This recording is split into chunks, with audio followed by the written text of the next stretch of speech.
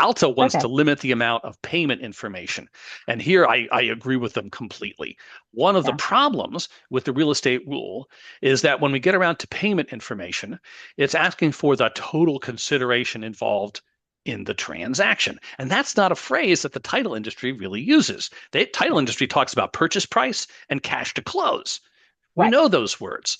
Now, it Yeah. turns out that when they're talking about total consideration, the way they actually made the algorithm work in their online reporting, FinCEN had in mind the sum of all the payments made by anybody, and they all need to add up to total consideration. Right. Which is maybe not the sale price. It's which it almost certainly is not the sale price, but it's also not in the regulation. That's just the way they interpreted their own regulation because the regulation never defines total consideration.